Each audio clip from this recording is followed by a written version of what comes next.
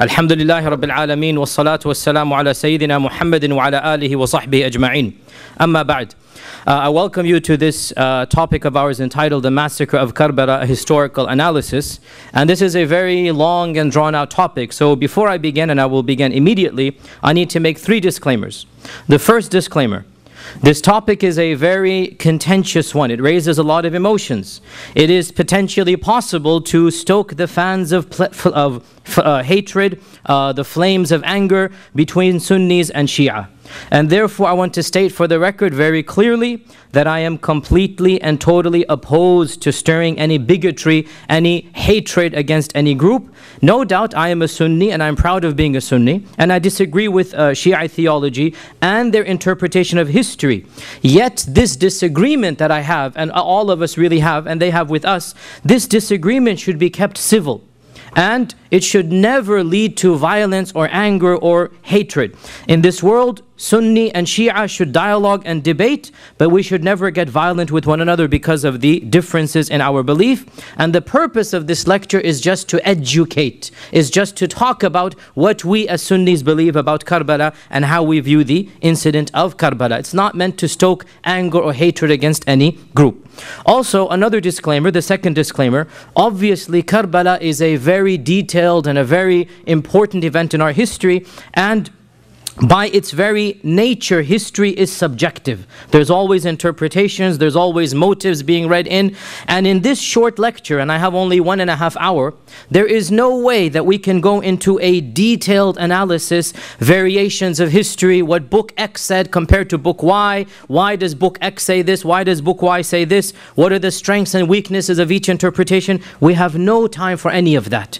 And it is very easy to give 10 lectures just on Karbala. I'm only giving you 1 lecture, so by the very nature of this lecture, we have to condense, we have to summarize, and I am not going to be mentioning variations as I do in my Seerah class. You're literally just going to have to trust me and my authority for today's lecture that I'm giving you 1 interpretation. But I just want to point out the interpretation that I will be giving is the standard interpretation of Sunni Islam. It is taken from the writings of Ibn Hajar, of Ibn Kathir, of the important historians of Sunni Islam, and by and large it is agreed upon. And the third and final disclaimer, that the other version, we have this version, there is another version that is popularized by the Shia, and most of this comes from one particular person.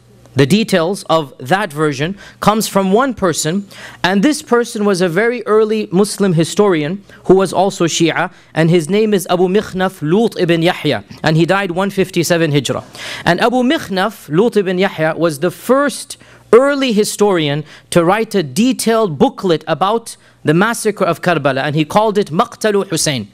And this booklet, Maqtal al-Husayn, became the standard version, full of lurid details, full of a lot of things that allegedly took place. And from our perspective, this author and his book are not authoritative. All of our scholars have said that this person is not somebody that can be trusted in narrations, because he theologically is inclined towards the other group, and therefore he has a version of events that we do not agree with, and we will not really be concentrating on that version of events. As I said, our version will be by and large Ibn Kathir and Ibn Hajar and the standard Sunni historians. Now, we begin our talk, and I want to begin by mentioning what is our perspective with the Ahlul Bayt, with the family of the Prophet sallallahu alaihi wasallam.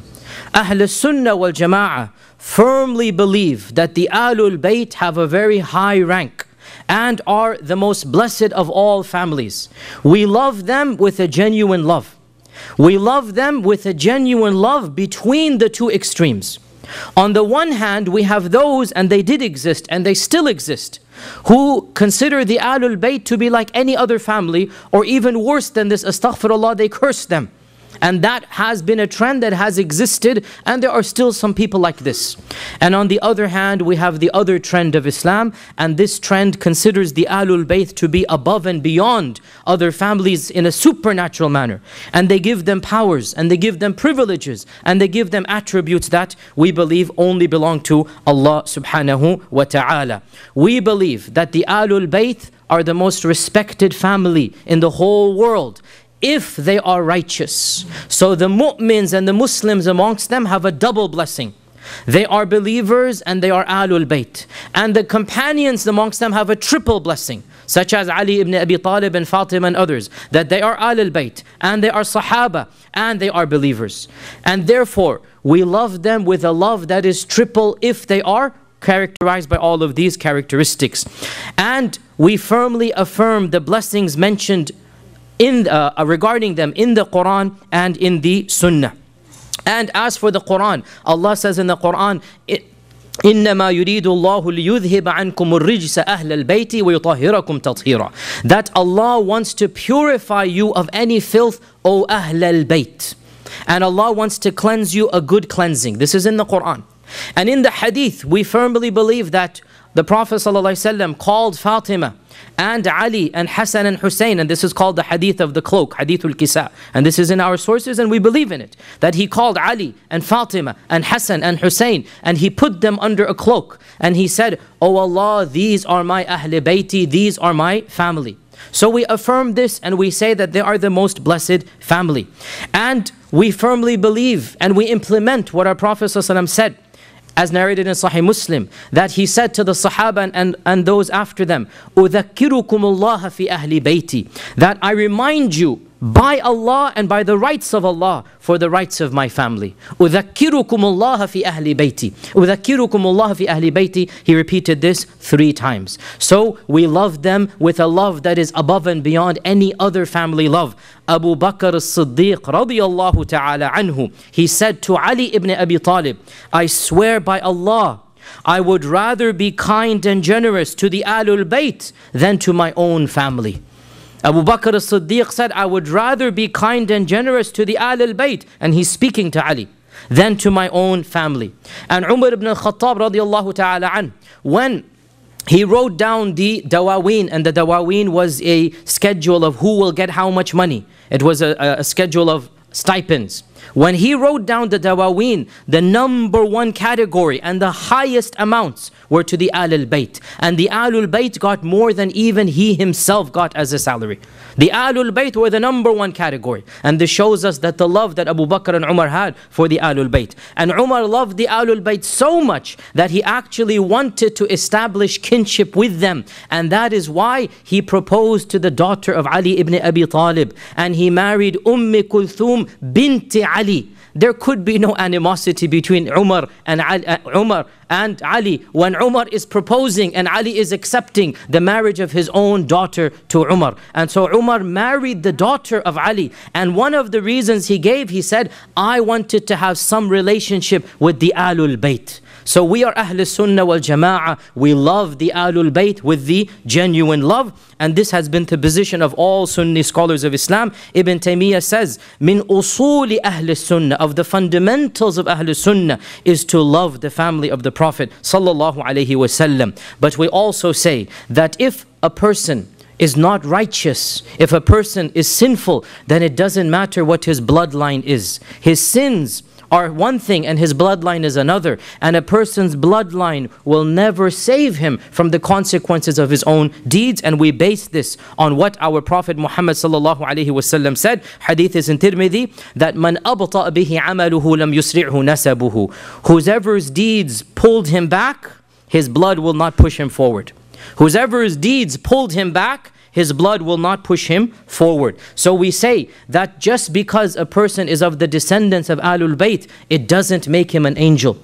It is possible that some of the Ahlul Bayt will commit sins, and those sins they are responsible for. And historically this has been the case, and to this day there are dynasties and there are lineages that claim to be Ahlul Bayt, and some of those claims are valid. And we see these people have sins and they have good deeds. Just because a person belongs to Ahlul Bayt does not make him an angel. He can be just like, and she can be like any Muslim with good and bad. When they're righteous, we love them with the double love. When they are other than that, then we say Allah Azza wa Jal will take charge of their affair. Also, there is a fundamental difference between the definition of Ahlul Bayt for us and for the 12er Shia. As for them, primarily the Ahlul Bayt really is the descendants of Fatima. That's really what they concentrate on, the descendants of Fatima, Hassan and Hussein.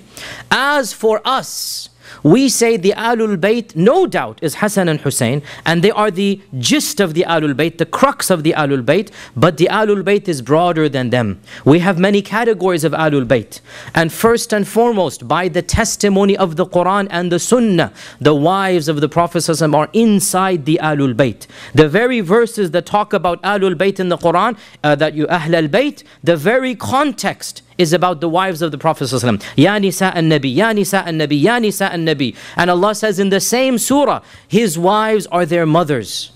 So the wives are from the Ahlul Bayt. Fatima and Hassan and Ali and Hussein are the gist, the kernel, the main part of the Ahlul Bayt. And we also affirm this.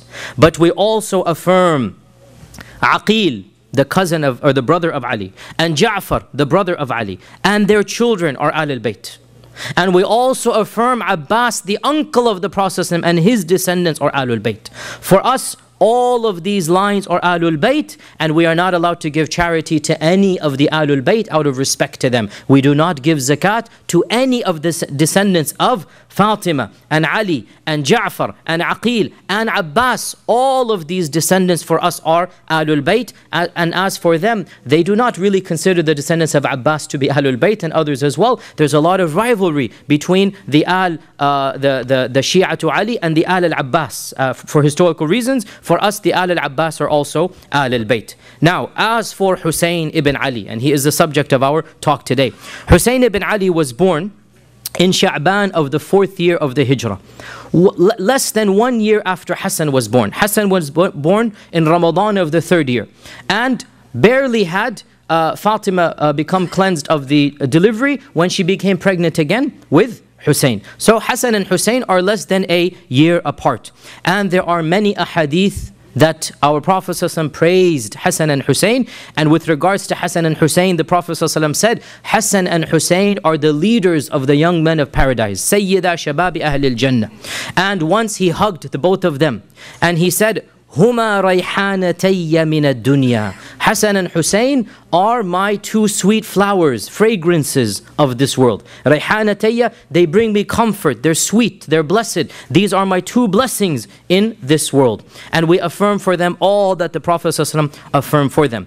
Hussein was born in Medina, and he lived in Medina until Ali became Khalifa. And when Ali became Khalifa, he moved to Kufa. So Hussein moved to Kufa with him.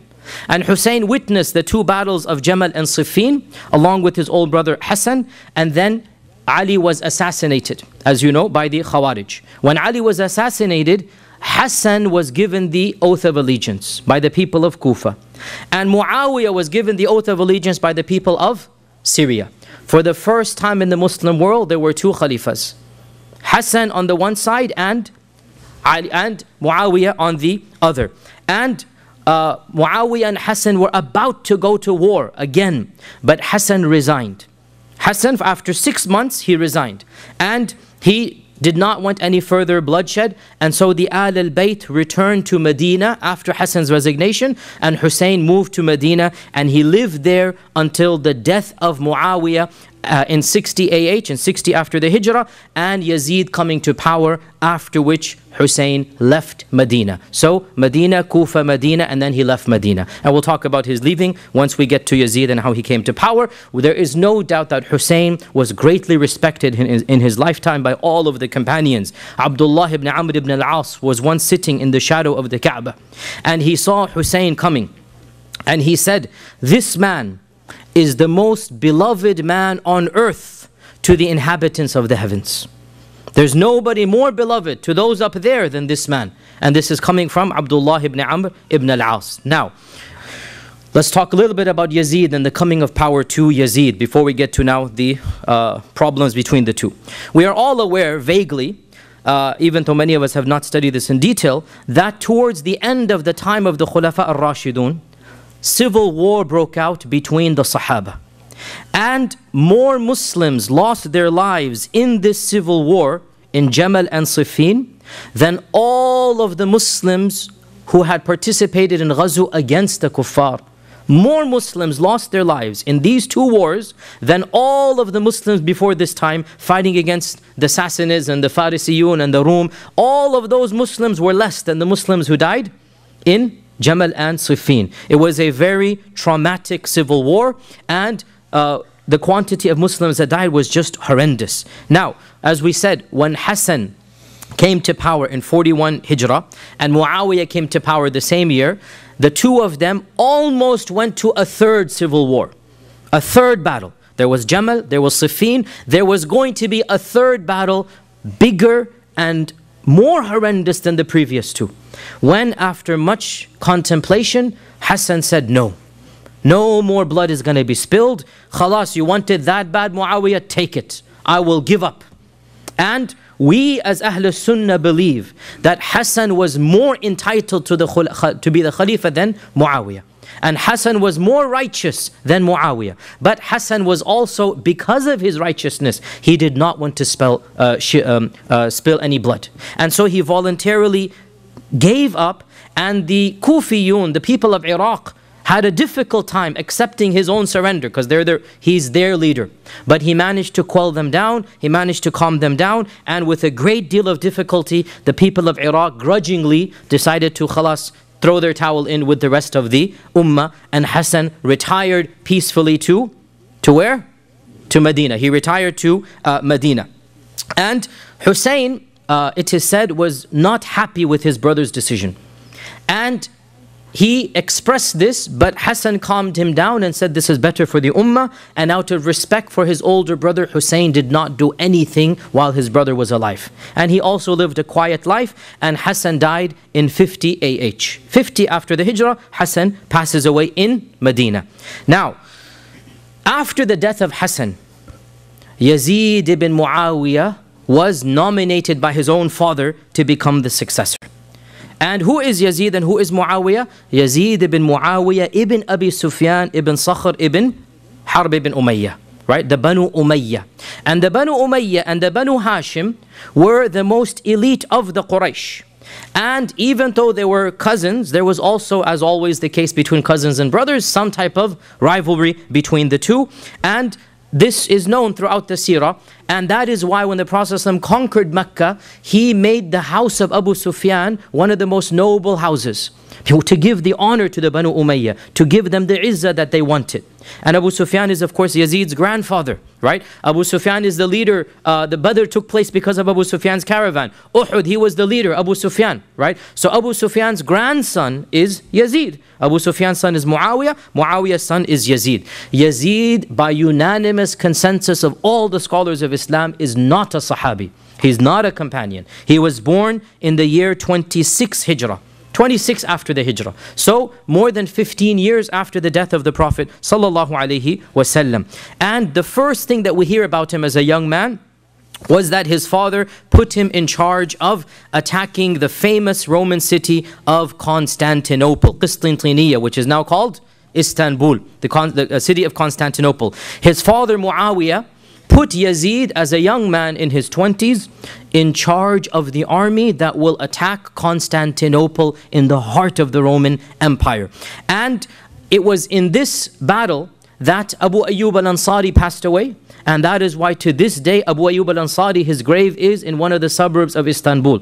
To this day Abu Ayyub al-Ansari, his grave is in the suburb of Istanbul. Because it is said that when Abu Ayyub was about to die, he told Yazid that charge in as far as you can go, and wherever you get, just bury me there as close to the walls of Constantinople as you can.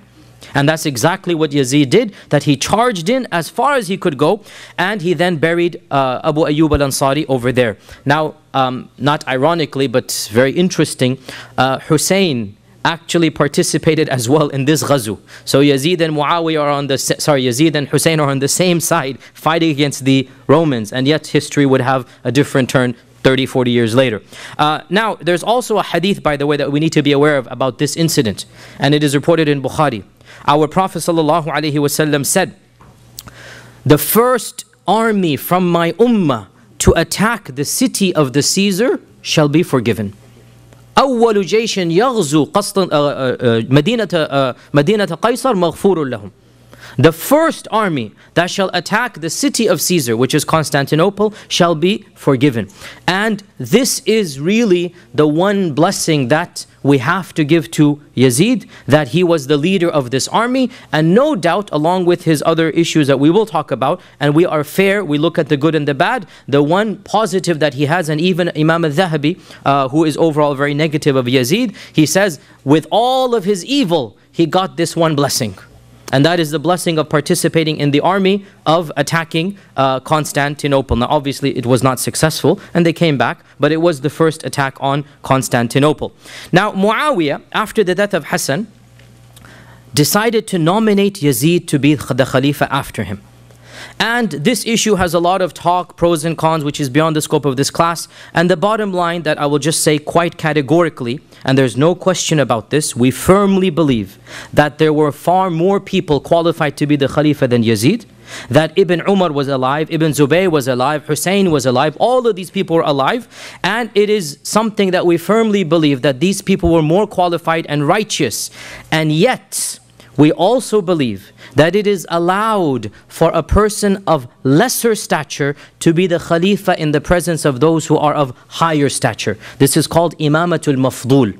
A person who's of lesser stature is allowed to be the Khalifa. It's not the best, it's not ideal, it's allowed over those who are better than him. And we do not have to agree with Muawiyah's decision. This is a very fundamental point of Sunni theology. We respect the Sahaba in their Islam, but we do not have to agree with every political decision they made.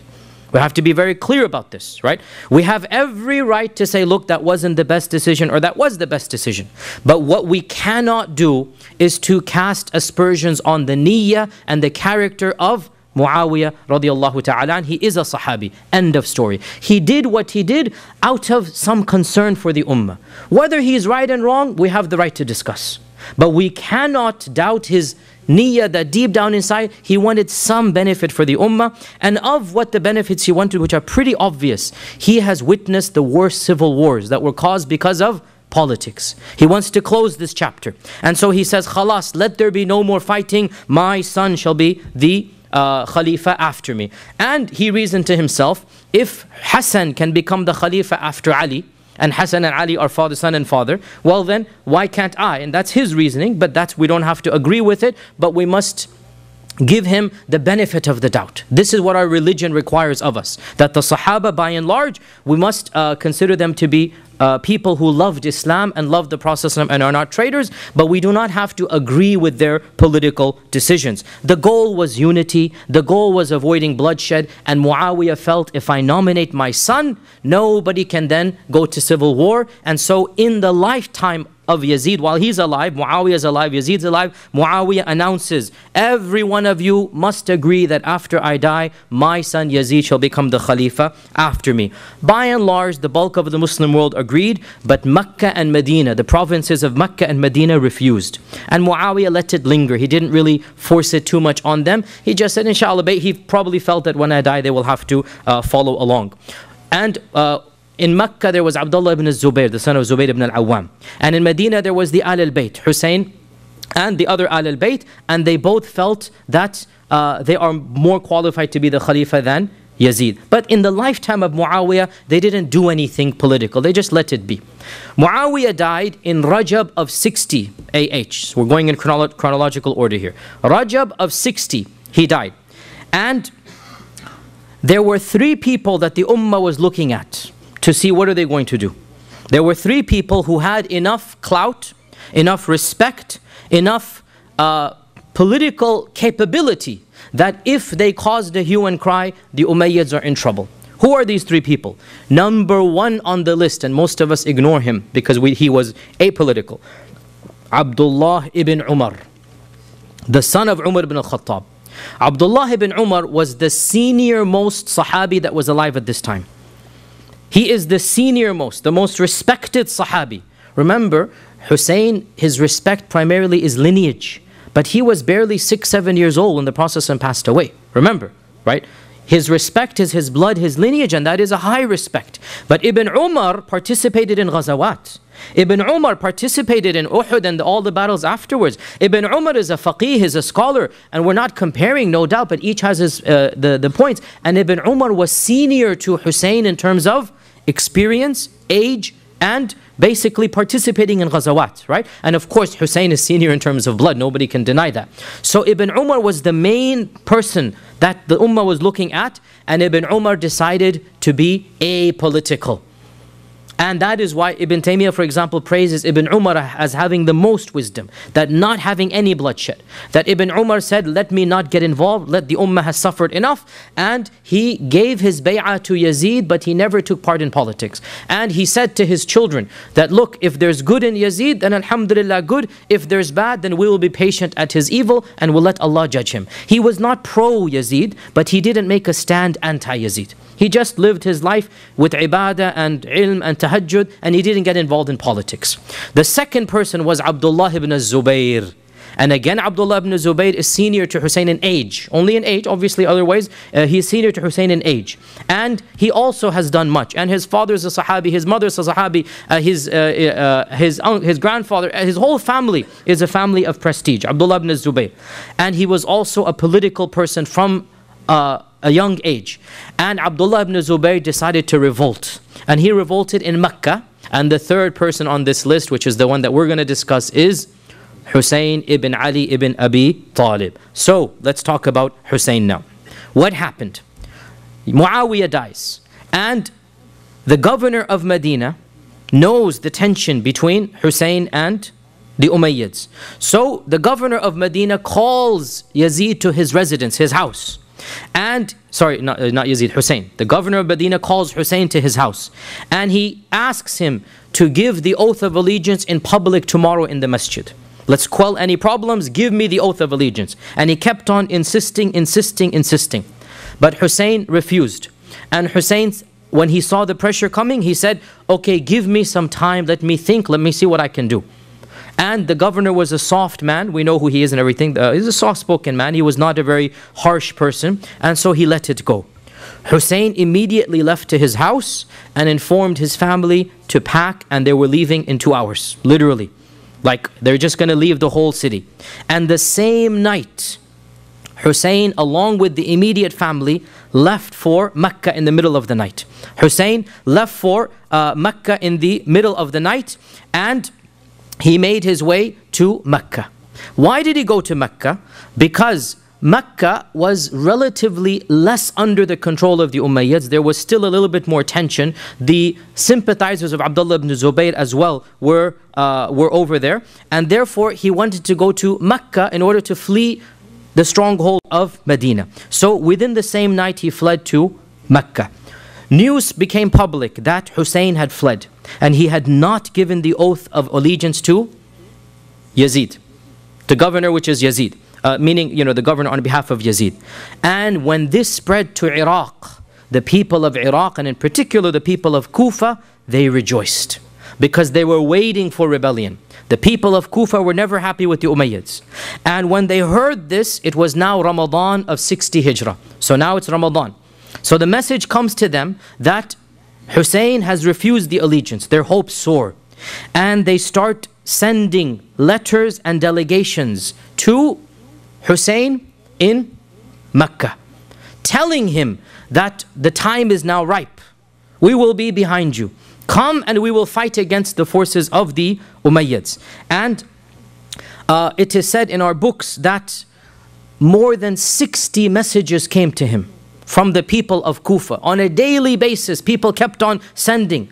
Every tribe, the tribe of Kinda and the tribe of all of the major tribes of the region of Kufa, they sent their representatives and they're telling him that come over, we need you to lead us against the rebellion against the Umayyads. And they sent many promises and threats as well. The threats being that, look, we're not even going to pray Jumu'ah until you come. What is the issue of praying Jumu'ah? Praying Jumu'ah was also a political act in that the Khalifa or the governor led Jumu'ah prayer. Right? So in those days, the governor was the one who led Jumu'ah prayer. And therefore, by not praying Jumu'ah, you are sending the message, we don't consider you to be legitimate. We're not going to pray behind you. So they sent a message to Hussein, we're not even praying Jumu'ah until you come. And that's the message, like, you had better come, we are desperate for your attention. And lists upon lists of noblemen signed their names that come and we will be with you fighting against the Umayyads. Now, remember the city of Kufa. What is Kufa? Kufa was a very unique and peculiar place. And in the year 37 It was the year that Ali shifted his caliphate to Kufa, and ever since that time, Kufa became the place of sympathy for the Ahl al-Bayt. And it was in Kufa that the political movement known as Shi'ism began. Let me repeat. It was in Kufa that the political movement known as Shi'atu Ali began. In the beginning, it was a political movement. No theology, no aqidah, no cursing of the sun, nothing like this. It was just politics. We think Ahl al-Bayt should be the Khalifa. Right? And this, they call themselves Shi'atu Ali. Ali himself had a lot of trouble with his own Shia. And there are many recorded conversations and many expressions of frustration from Ali himself that you're not doing what you can. There's a lot of you're not listening to me as well as you should, and there's a lot of akhbar about Ali's own tensions with the people of Kufa. Now, as we had said, when Hassan when Hassan resigned, when Hassan resigned, the people of Kufa were not happy and they wanted rebellion, but Hassan calmed them down. And they were still wanting a rebellion. Hassan passes away, Hussein now takes charge. So they say to Hussein, your brother didn't do it, you come and do it. Come and we will fight you.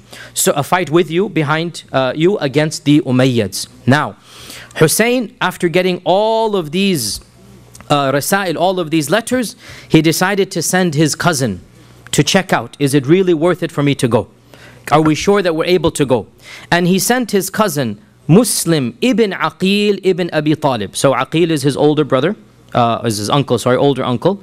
And Aqil is of course the brother of Ja'far and Ali, right? Ja'far, Ali, Aqil. Aqil is his brother, the brother of Ja'far and Ali. So the son of Aqil, his name is Muslim. So Muslim ibn Aqil is the first cousin of Hussein, clear? So he sends one of the Ahl al-Bayt, he is an Ahl al-Bayt, and he says to him, check out, is Kufa ready or not? Are they really serious about this or not? So Muslim ibn Aqil left with a small group, one or two people, that's it, just to find, it's like not a spy, but basically it's a scouts is what I'm telling you, scouting mission, right? Find out, is it worthwhile or not? And so Muslim arrives in Kufa in the month of Dhul Qa'dah, 60 AH. Look at how time is coming up now. We know Muharram 61 is all going to come to an end. Look now, we're already in Dhul Qa'dah, right? 2 months away from the massacre. We can see what's building up here. So he arrives in Kufa in the month of Dhul Qa'dah. And the people rejoice like they have never rejoiced before. And thousands upon thousands of people. At-Tabari says more than 12,000 people in the course of the next 2 weeks gave the oath of allegiance directly to Muslim. And when you give the oath of allegiance, this basically means, khalas, we are with you. End of story. No matter what happens, you are our leader. They gave the oath of allegiance to Muslim on behalf of Hussein, basically, that we're on the side of Hussein. And these 12,000 people, they represented the bulk of Kufa. Over 30, 40,000, so because each one is representing a mini tribe. So every person who shakes the hand, there's 10 people, 15 people behind him. You get the point here, right? This is how they would do the bay'ah, that the leader or the elder would come and give the bay'ah. So the bulk of Kufa, 30, 40,000 people have now claimed that we are with Hussein. Muslim ibn Aqil is overjoyed. He's never seen this enthusiasm and support. And so he writes back a letter that you can sense his excitement. And he writes to Hussein that all of the people of Kufa are behind you. So as soon as you get this letter, do not delay, come immediately. He's excited. He's seen all of this. The people are just buzzing with excitement. So he says, okay, we are going, as soon as you get this letter, come forth, do not delay, and make your way to Kufa. Now, we're going to talk about the letter in a while. Let's finish up the story of Muslim. What happens to Muslim? Okay. So he sends this letter sometime in Dhul Qa'dah, the end of Dhul Qa'dah of 60 AH. Now, rumors of all of this, you cannot hide this from the people. Eventually, it reaches Yazid in Damascus. Remember, Yazid is in Damascus, Hussein is in Medina, and his supporters are in Medina and Mecca. Hussein is in Mecca right now, sorry. And his supporters are in Kufa, right? So remember the basic geography here. Now, rumors of this beginnings of an uprising eventually reach the ears of Yazid. And so, Yazid, the first thing that he does, he sends in the most vicious politician he knows.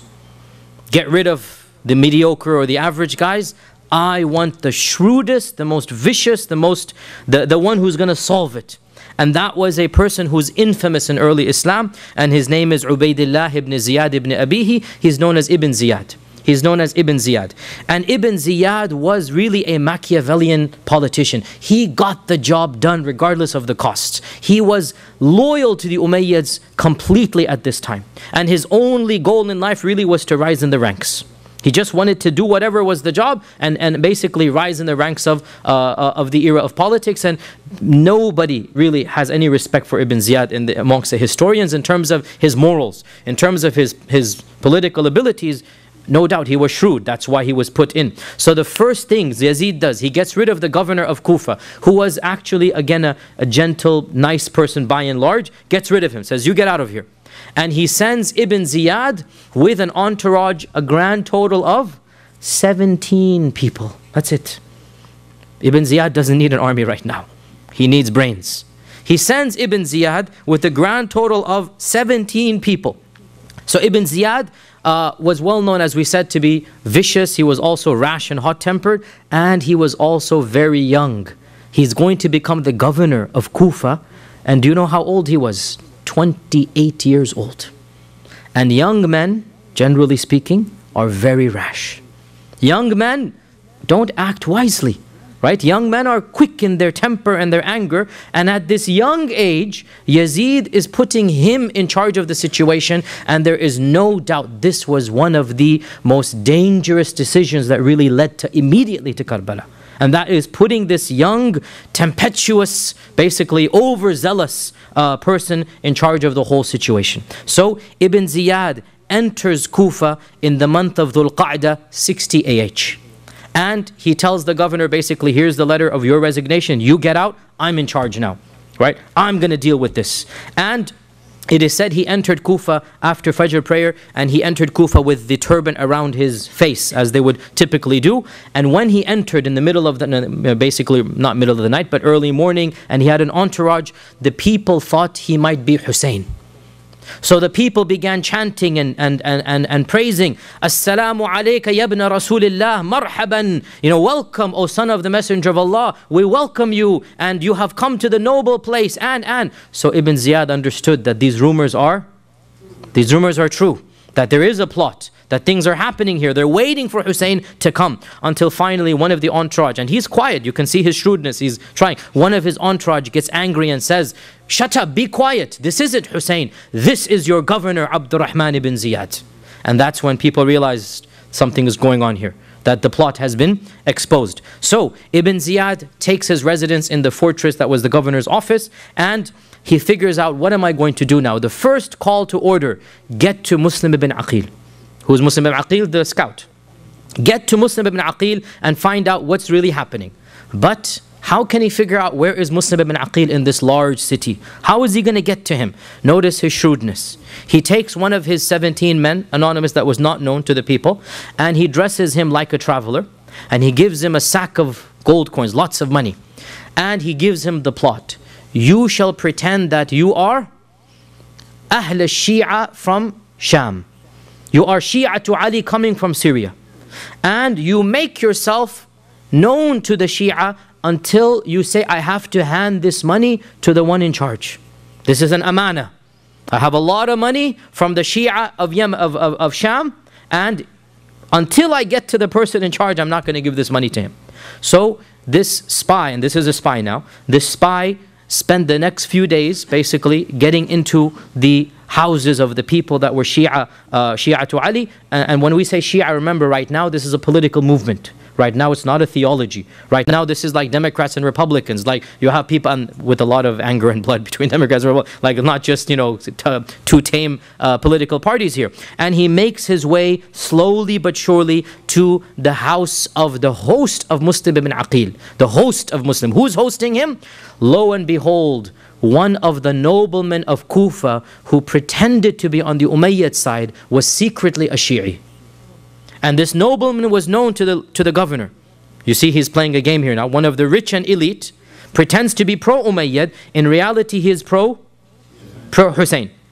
And his name was His name was Hani ibn Urwa. Hani ibn Urwa. So Hani ibn Urwa was one of the noblemen, the leaders. He was like a, if you like, consider him to be, in our days, it would be like a senator or a congressman of the city. Like he's known to everybody, and publicly he's pro-Umayyad. And he's visiting the governor's mansion every few days, right? Sipping tea with him. But in reality, he is pro-Shi'i. He's pro-Husayn. So lo and behold, this spy uncovers that Hani ibn Urwa is the main person organizing it. And Hani insists, you have to hand it to me. I'm not going to let you see Muslim ibn Aqil. Hand it to me. So he hands him the money. Because now he's figured out this is the head. Right? Soon as he hands him the money, he then basically slinks away, disappears, goes and tells Ibn Ziyad. The culprit is Hani ibn Urwa. He's the brains. And so Ibn Ziyad calls Hani to his residence. And after the civil duties are over, Ibn Ziyad tells him, you are the one who is housing Muslim ibn Aqil. Hand me over Muslim and I might forgive you. He denies, I don't know what you're talking about. Then he calls the spy out. And so Hani sees this plot has been exposed. The spy comes out and he goes, I'm the one who gave you the money. Right? You're going to now deny it to my face. So he realizes the plot has been exposed. And Ibn Ziyad takes his spear and causes him to bleed. He doesn't kill him on the spot, and he beats him up. Because he's, in his eyes, he's a traitor. That we thought you were a respected person, it turns out that you're backstabbing us.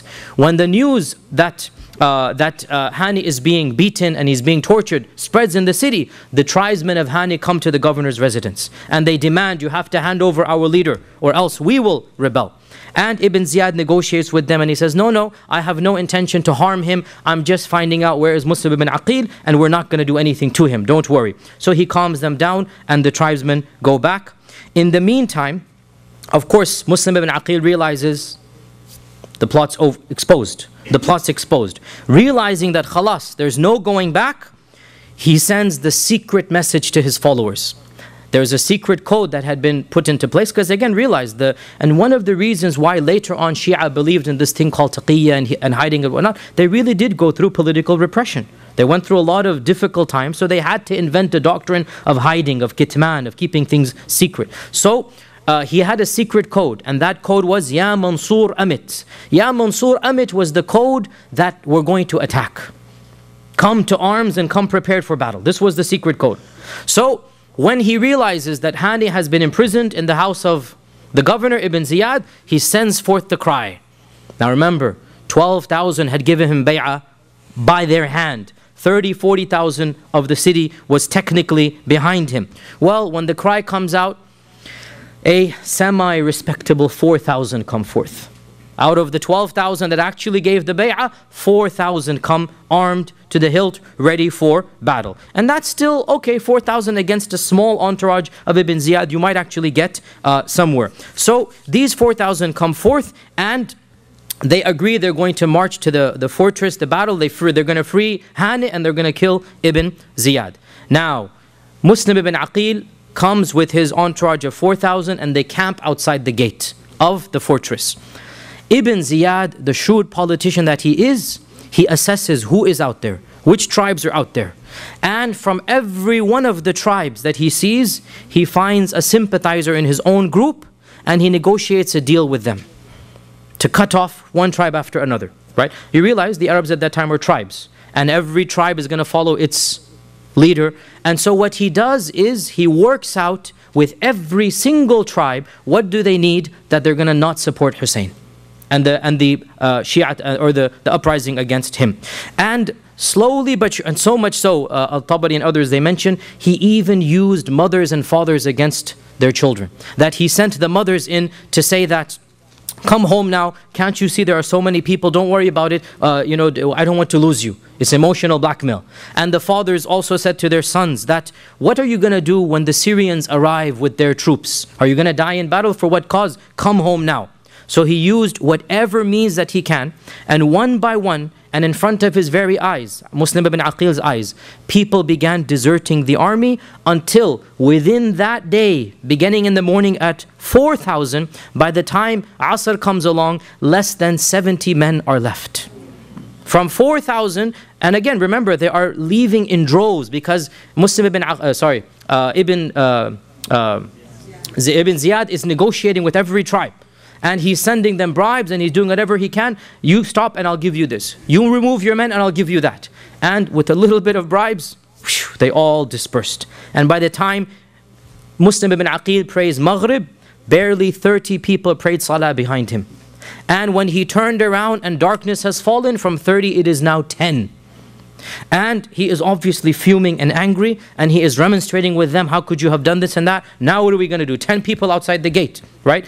And he decides to basically regroup and spend the night in the quarters of the Kinda. The Kinda was one of the main supporters of Shi'atu Ali, the tribe of Kinda. And in those days, the city was divided into different tribes. Like each tribe lived in its own area. So he left the fortress and he walked his way back to Kinda with these 10 people. And subhanAllah, under the cover of night, and as he's walking in the alleyways, every one of these 10 slinks away until he literally finds himself alone, discarded, without even a shelter over his head, without even money or food or drink. Like literally to the last man, they abandoned the cousin of Husayn, and that is Muslim ibn Aqil, the grandson of Abu Talib. Muslim ibn Aqil ibn Abi Talib, this is the grandson of Abu Talib. They abandoned him down to a last man. How long did it take them? 12 hours. What would it require? Just money and bribes. That's all was required. And they all disappeared. And Muslim ibn Aqil is literally left penniless in a city that had promised 40,000 men. He doesn't even have food and water. And after a while, in the middle of the night, tired, hungry, thirsty, he is forced to go to an anonymous door, put his tawakkul in Allah, he knocks on the door. And an old lady of Kinda opens up and he says, I am a beggar wanting some food and water. Subhanallah, this is the cousin of Husayn. I need some food and water. He's hungry, what is he going to do? And so the lady gives him whatever, some water and whatnot, and then he remains standing. She says, shoo, get away, I gave you what you wanted. But clearly something, you can tell this isn't just a beggar. And he decides to risk it. And he tells her, and it's an old lady, he tells her, I am Muslim ibn Aqil. Can you help me? Begging from an old lady because there's nothing else he can do. The lady has pity on him and she says, come, I will protect you. So he goes into her house, and the next morning her son comes from work to visit his mother, and there's a man in the house, so she has to explain. And she says, my son, please, I beg you, do not expose this man. He is Muslim ibn Aqil. But the son is greedy for money as well. And the son, within a day or two, he makes an excuse. He has to go to the masjid because he doesn't want to tell his mother that he's going. So he pretends to go to the masjid. He actually does go to the masjid. In the masjid, he sees the lieutenant of Ibn Ziyad, and he tells the lieutenant that I have Muslim ibn Aqil in my house, send the troops. And so the next thing Ibn Aqil knows, his whole house is surrounded by troops. He tries to fight whatever he can, but obviously one man against a convoy, and also they threaten to burn the house down, and he doesn't want to cause harm to the old lady. And so he exits and he surrenders, and one of the people who is famous, but again these names have to just be glossed on, his name is Abdul Rahman ibn Muhammad ibn al-Ash'ath, a very famous Ibn al-Ash'ath, well known to the historians. He was the leader of this entourage to arrest him. He promises him, I won't harm you, even though he was to break the promise. And so he surrenders. Ibn Aqil surrenders, and on his way to the governor's house, Ibn al-Ash'ath, he has a lot of pros and cons, and he has, again, historians have a lot to talk about him, but he did have some soft spot in the end of the day. And Ibn Aqil made Ibn al-Ash'ath promise one thing, just one thing, whatever you do with me, just one thing. Get the message to Husayn that Ibn Aqil has sent you, that he has been taken prisoner, and for all he knows he might be killed, and the message is, get back to Mecca, go away, the people of Kufa will betray you, leave, leave, leave, flee for your lives. This is the message, right? And Ibn al-Ash'ath promised, okay, whatever happens, I will get this message to him, right? Don't worry then, that you have from me. And in fact, as we will see, he did do that. So Ibn Aqil says to Ibn al-Ash'ath, go tell Husayn, he's on his way, I sent him a letter, he must be on his way now. Go tell him that the Kufans have lied, they've betrayed me, and flee back to Mecca and Medina. Do not step foot in Kufa. So later on in that day, after he goes to the governor, and the governor also beats him up and is harsh and rude to him. And that day was the day of Arafah, the 9th of Dhul Hijjah in the 60th year of the Hijrah. So we have 1 year left, or sorry, 1 month left before the massacre. On the 9th of Dhul Hijjah, on the holiest day of the year, Mustab ibn Aqil, the grandson of Abu Talib, the son of the cousin of the Prophet ﷺ, the first cousin of Husayn, he is taken to the highest ramparts on the fortress, and in front of the whole city, he is thrown to his death, to be killed in a humiliating manner. And the last words that he said before istighfar and tahleel and shahada, the last word that he said, "O Allah, you be the judge between us and our own Shia, our own people. They deceived us and they deserted us." He said that's the last thing he said before the kalima and before the shahada. You be the judge, of Allah. They promised, and now here I am, not a single man to defend me. And of course, Hussein is on his way, and he has just now, Muslim ibn Aqil has been killed. Hussein has no way of knowing this now, right? The only letter he got was, now remember, this is obviously before the age of telephones, internet, media. It will take at least 2.5 weeks from Kufa to Mecca, at least 2.5 weeks to get a message there, right? And therefore Hussein gets the message, come immediately. Khalas, he packed his bags, as we'll talk about, he left, right? He has no idea what's happening in Kufa. The people have been betrayed, his cousin has been killed, the host that hosted him as well was not just killed but crucified in the city center.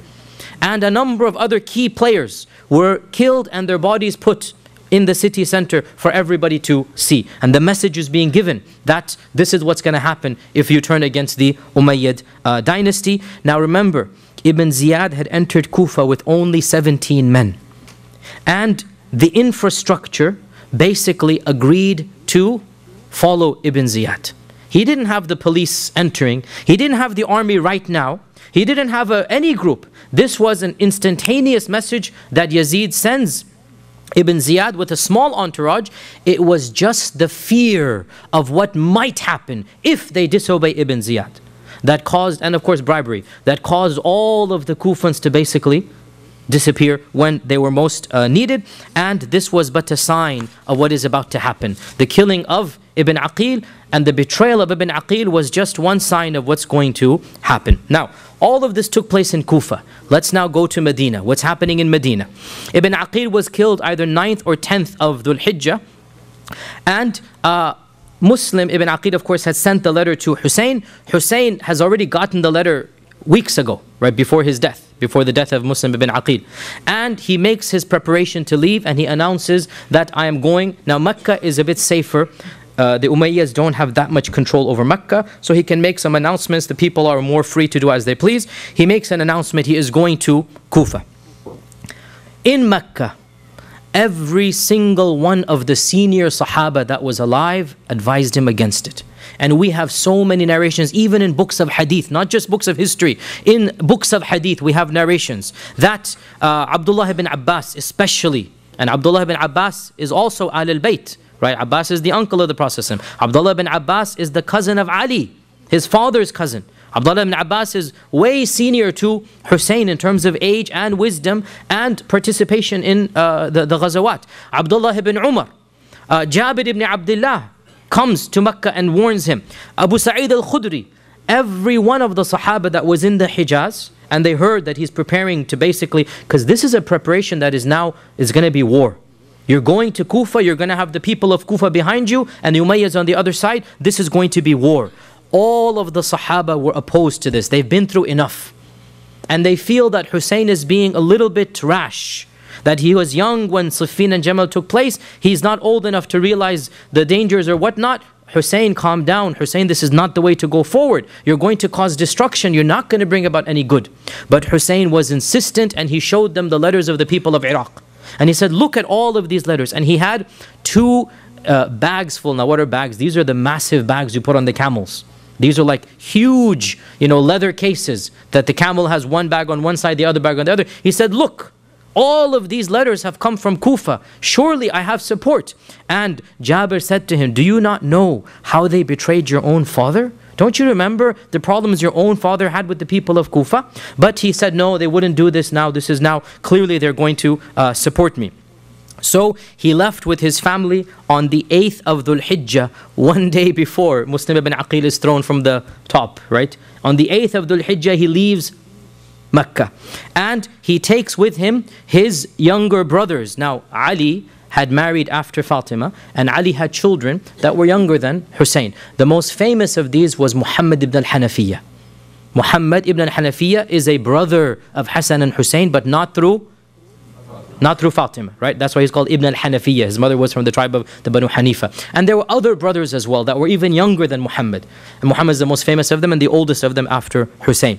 And he also takes with him his nephews from the other brothers, his nephews from Hassan's children. He takes some of Hassan's children.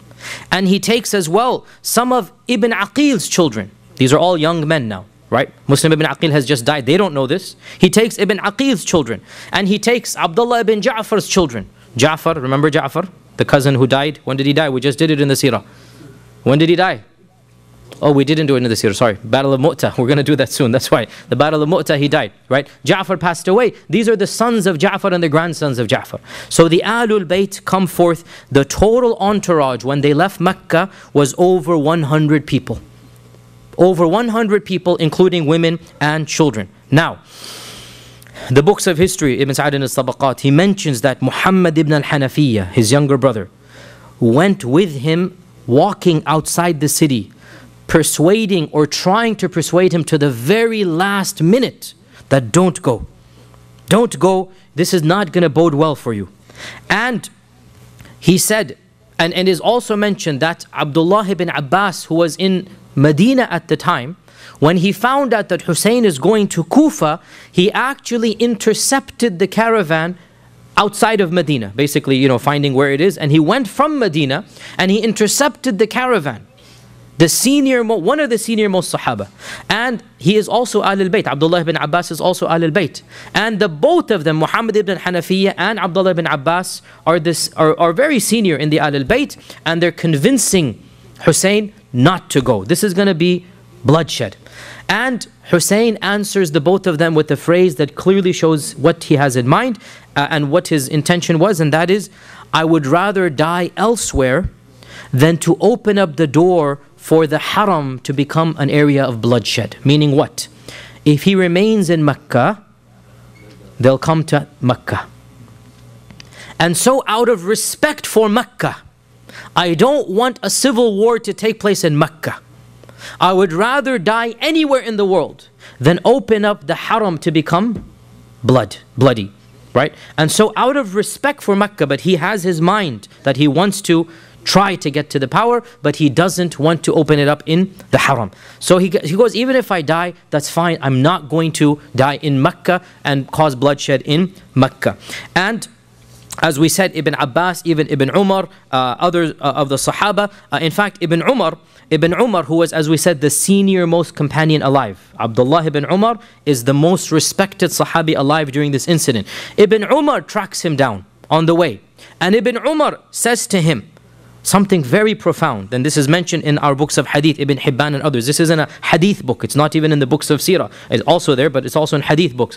Ibn Umar says to him, the very final thing, when he's given up all hope, he says, okay, khalas, let me tell you a hadith I heard from the Prophet ﷺ, and I've never told anybody this hadith before. You're the first person I am telling. Now, this hadith is known to all of us, but when he said it, it wasn't known to him. Right? Now we all know this hadith. What is this hadith? He said, when the Prophet ﷺ was on his deathbed, Jibreel came to visit him. And Jibreel gave him the choice. If you want this dunya, you shall have it. And if you want the akhirah, you shall have it too. We know this hadith that right at the end of the life of the Prophet, Jibreel allowed him, do you want to live longer and get the dunya, or do you want to meet Allah subhanahu wa ta'ala? Right? We know this hadith, right? And of course, what did the Prophet choose? To meet Allah subhanahu wa ta'ala. He doesn't want this dunya. Then what did Ibn Umar derive from this? Ibn Umar said, and you are a part of the Prophet bid'ah. You are the grandson, right? So when the Prophet chose the akhirah, he chose for you, basically. Right? And so you will not get any share of power. Because the Prophet said, I don't want the dunya, I want the akhirah. And you, Ya Hussein, are a part of him. So when he chose the akhirah, you guys are not meant to be kings. That's what he's telling him, right? You are not meant to be kings. Now he didn't say the word king, but he said, but you shall not share any matter of that, meaning of power, and Allah has only turned it away from you to give you something better instead. Meaning, it is for your own benefit that you are not kings. And wallahi, this is so true, brothers and sisters. We believe this, that when you are a king or a ruler, politics always makes people unpopular. Politics, nobody likes politicians. This is a general rule, right? Politics brings about sab and shatam and ta'an and this and that. And the Ahl al-Bayt should be preserved from that. The Ahl al-Bayt are above this. The Ahl al-Bayt are righteous and pure. And so Ibn Umar is saying, you are not meant to become kings. You're meant to be righteous people. Allah has meant something higher for you. Don't go. And so he's trying to convince him to the very last. And then he said to him, and as for the people of Iraq, don't you remember the treachery they gave to your own father? Have you forgotten? Now, the treachery they gave to Ali is beyond the scope of this class. You should just realize that Ali always complained about the people of Iraq and the problems that he had with them. But he still refused to listen.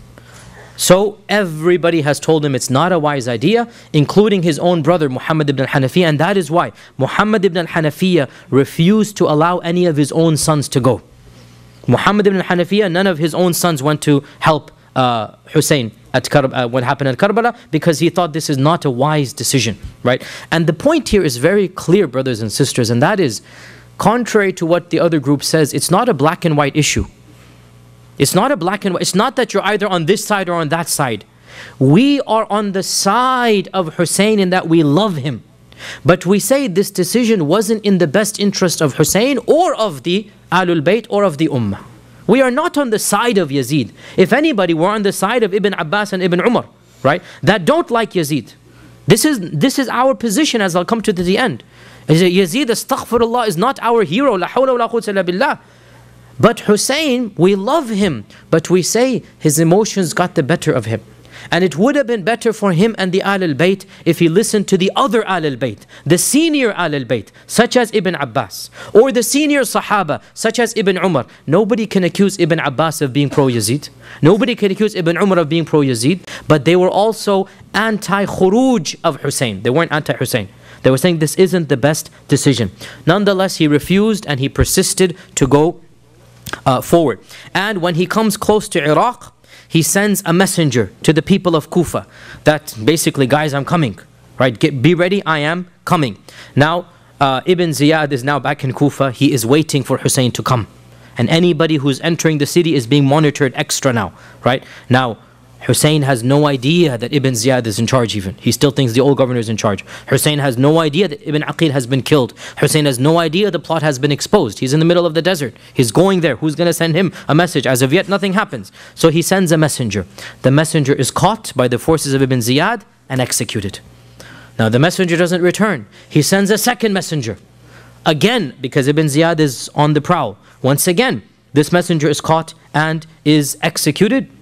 But this second messenger, he actually manages to get the message to the people that Husayn is just coming. You had better prepare yourselves. And how does he do this? As a brave man, that he too was taken to the height of the tower to be thrown away. But the last thing that he said, he shouted out to the people that, "O people of Kufa, Husayn is on his way. He's just about to come. Prepare yourselves." So he's still hoping that they might do something, right? So on his way down, basically, he warns them that Husayn is on his way and prepare yourself. Now, eventually, Husayn is very close to Kufa, and it is here that finally Ibn al-Ash'ath's messenger reaches him. Who's Ibn al-Ash'ath? The lieutenant who captured Ibn Aqil, right? He was faithful to this one request. Even though he killed him, he was still faithful. He made him promise that you must send Husayn. So finally, the message reaches Husayn.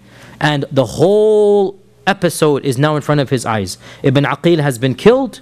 Your followers have, the main leaders have been crucified in the compound, in the middle of the city. And none of the Kufans has supported Ibn Aqil. And you have been betrayed. And the message from Ibn Aqil, flee and go back to Mecca. Do not step foot in Kufa. And he is persuaded now to abandon. Very close to being now. Khalas, there's nobody in Kufa to do it. But now the dialogue begins in his own camp. And remember, Muslim ibn Aqil's own sons are a part of the group. Now their father has just been killed. and they want revenge. And they say, we are not going to go back. We are going to avenge the death of our father. And while this is going on, another person in the party remarks that, "Oh Husayn, you are not like Ibn Aqil. When the people of Kufa see you, there's no way they would abandon you. You are the Sibt al-Nabi, you are Ibn Rasulullah, Ibn Rasul meaning metaphorically, grandson. You are. And so, the anger of the death of Muslim ibn Aqil and the encouragement of this other crowd, and wallahi, it makes sense, I mean really, if you think about it from his perspective. Now, what is really key here for us as Sunni Muslims, in contrast to the Shia, their interpretation, we do not believe that Husayn marched to a suicide. We believe Husayn really thought he would win. You see the difference here, right? From the Shia perspective, they say Husayn knew he was marching to his death. But we say no. Husayn genuinely believed that when he got to Kufa, the people would support him. And the people would then fight him against the Umayyads. And he's still hoping, because remember, Kufa is one of the largest cities of the Muslim world at the time. Right? We said around 30,000-40,000 people have, proverbially basically supported the uprising of Husayn.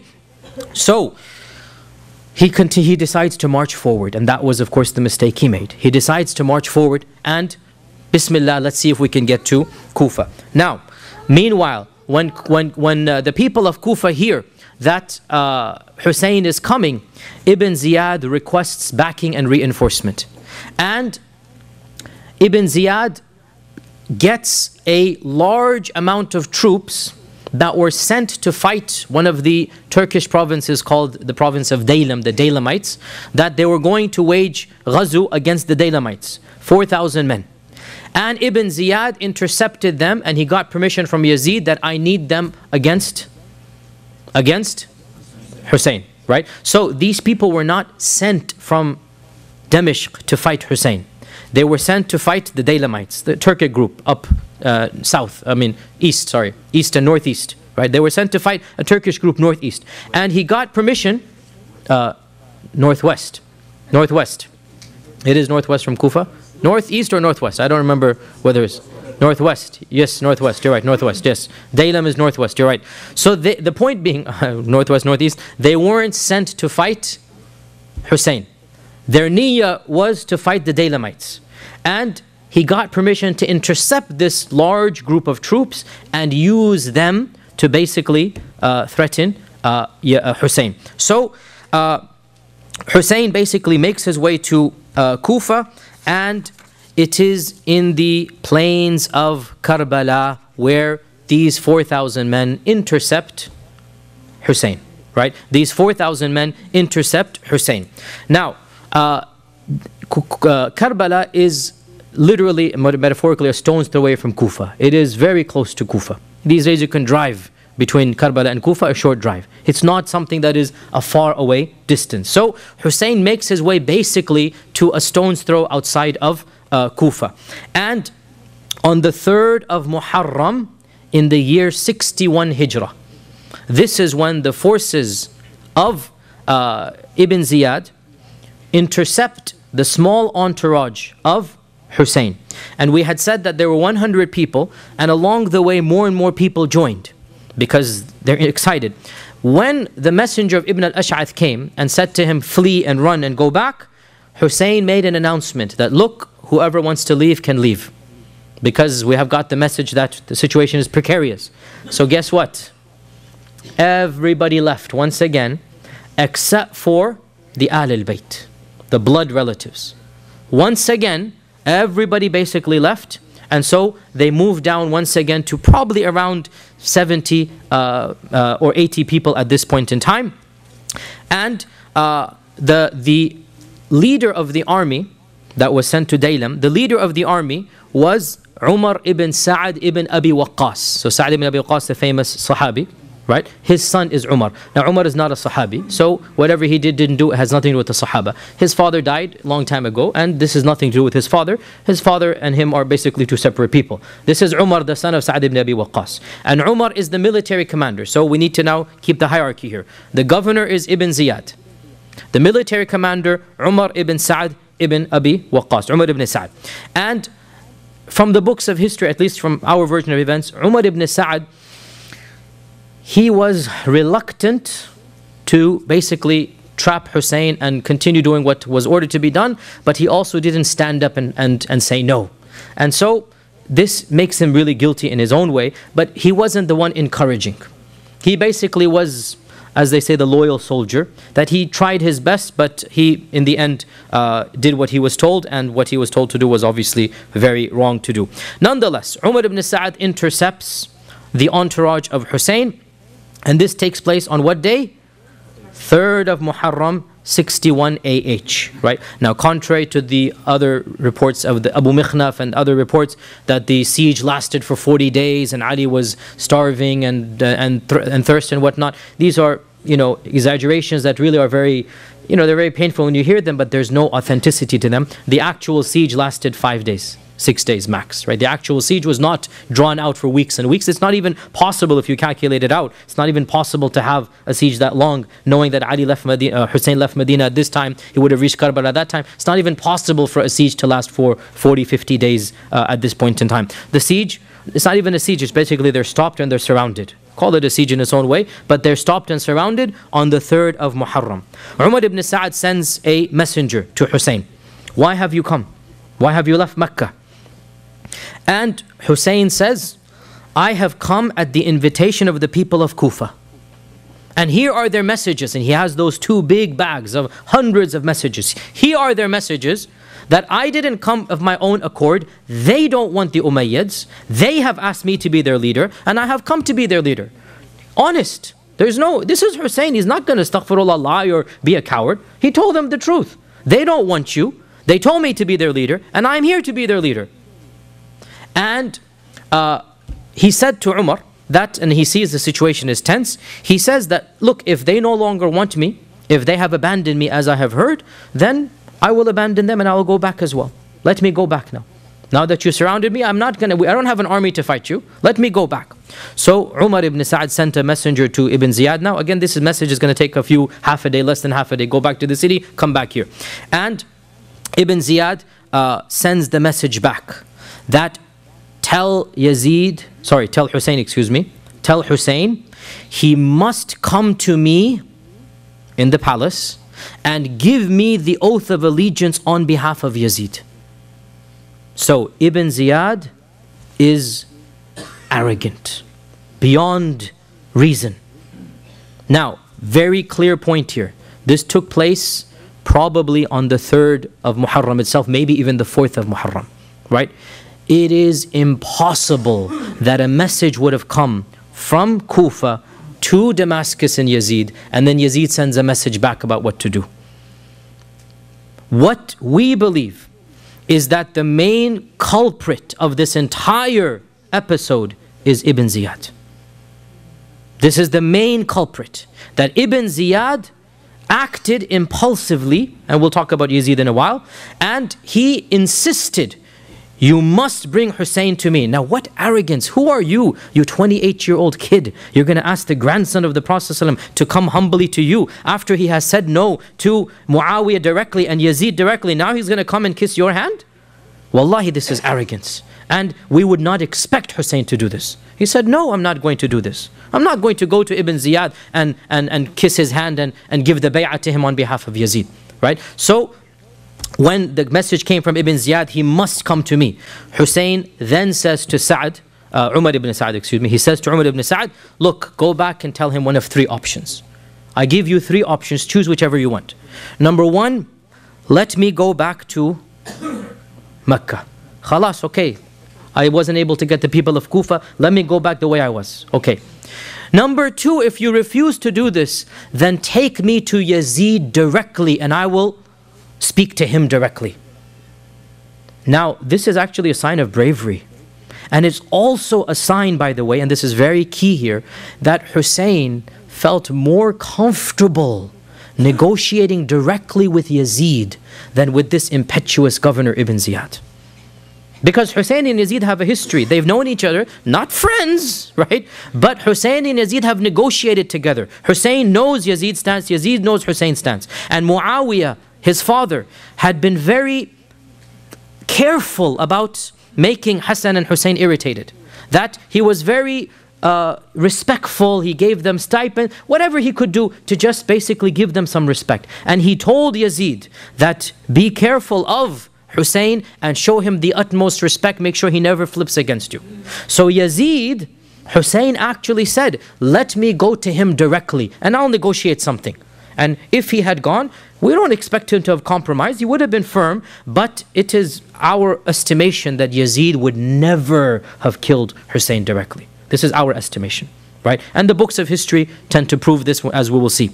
This is the second option. Then there's the third option. If you refuse this or that, then send me into exile into one of the faraway lands. If you're not going to let me live in Mecca or take me to Yazid, then khalas, let me be. Okay, you have won and I will just worship Allah in some faraway land, right? Now, these three conditions were so reasonable that one of the close friends of Umar ibn Sa'd said, Wallahi, if the Turks and the Daylamites gave you one of these three conditions, you would be forced to accept them. How reasonable. What more do you want? And Umar ibn Sa'd became happy that, okay, now we're going to solve this. And he went personally to Ibn Ziyad and he said, okay, choose one of these three. Which one? Ibn Ziyad refused all three. And Ibn Ziyad said, either war or my hand. These are the two options you have. You either come and you put your hand in mine and you give the bay'ah on behalf of Yazid, or else there is no other alternative. And Ibn Ziyad sent one of his close entourage, and this really was the ruthless warrior, Shimr.